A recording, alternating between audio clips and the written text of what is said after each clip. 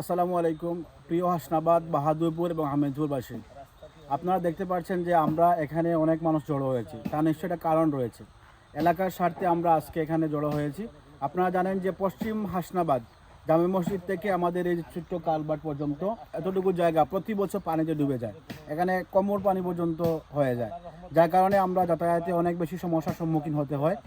আমাদের না আছে নৌকা ব্যবস্থা, না আছে ভালো রাস্তা।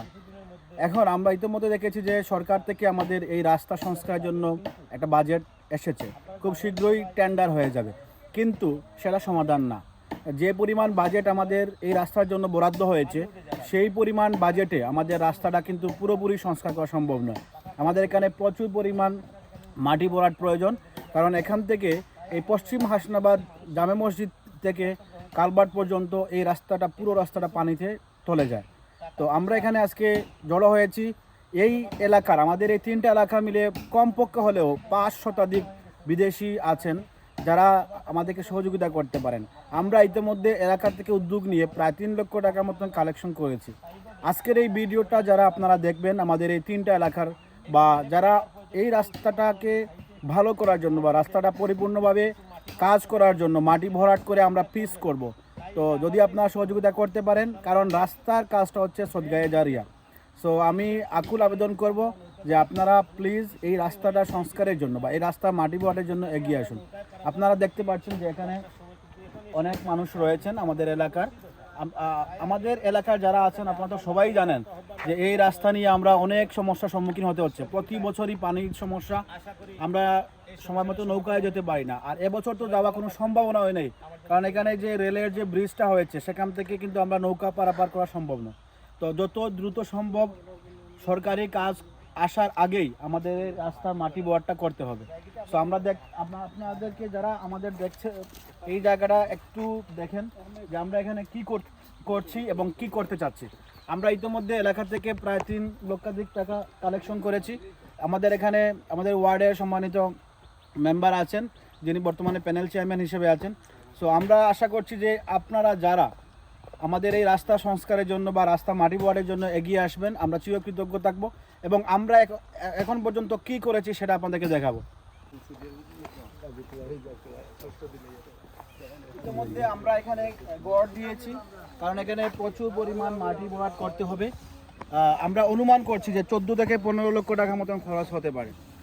সো এই এতটুকু খরচ একার পক্ষে সম্ভব না। যদি আমরা এলাকাবাসী এখানে এগিয়ে আসি, তাহলে আমরা অতি দ্রুত এই কাজটা সম্পন্ন করতে পারবো। আমাদের জানুয়ারির মধ্যেই, মানে জানুয়ারি 15 তারিখের মধ্যেই আমাদের এই কাজটা সম্পূর্ণ করতে হবে। মাটি ভরাট করার পরে এখানে পিচ আসবে। তো আমরা এখন চলে যাচ্ছি আমাদের অত্র ওয়ার্ডের মেম্বারের কাছে, যে আমরা ওনার কাছ থেকে কী পরিমাণ সহযোগিতা পাইতে পারি। আর আমাদের এই রাস্তাটুকু শুধু শেষ করলেই হবে না, রেল লাইনের পরে স্কুল রাস্তা, ওইখানে কিন্তু আমাদের মাটি ভরাট লাগবে, কারণ আমাদের এই দুইটা জায়গা প্রতি বছর পানিতে ডুবে যায়। তো আমরা এখন ওনার কাছ থেকে শুনবো। বিসমিল্লাহির রহমানির রহিম। উপস্থিত সকলকে সালাম ও আদাব।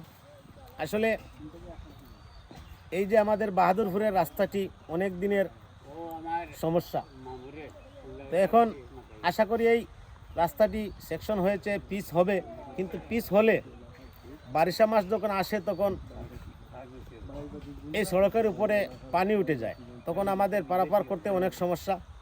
তাই আমরা আমাদের এলাকার সবাই মিলে আমরা একটা উদ্যোগ গ্রহণ করেছি যে ওই রাস্তাটি একটু উঁচুকরণের জন্য, মাটি ভরাটকরণের জন্য, কিন্তু সেটা আলাদা কোনো বরাদ্দ নাই। তাই আমি আমাদের এলাকার সকল বিদেশি যারা আছে, প্রবাসী যারা আছে, তাদের কাছে আমি বিনীতভাবে অনুরোধ করব, আপনারা যদি একটু সহযোগিতা করেন, আপনারা যদি একটু সহযোগিতার হাত বাড়িয়ে দেন, তাহলে এই রাস্তাটা আমাদের আমাদের মনের মতো এটা করতে পারবো। আসসালামু আলাইকুম ওয়া রাহমাতুল্লাহি ওয়া বারাকাতুহু। বন্ধু ভাইদের প্রতি আমার অন্তর থেকে শুভেচ্ছা। ইতিমধ্যে সবাই জানছেন, আমার থেকে আরও সুন্দর করে কইছেন সবাই, আমাদের ভারপ্রাপ্ত চেয়ারম্যান আমার ছোটো ভাই সুমন।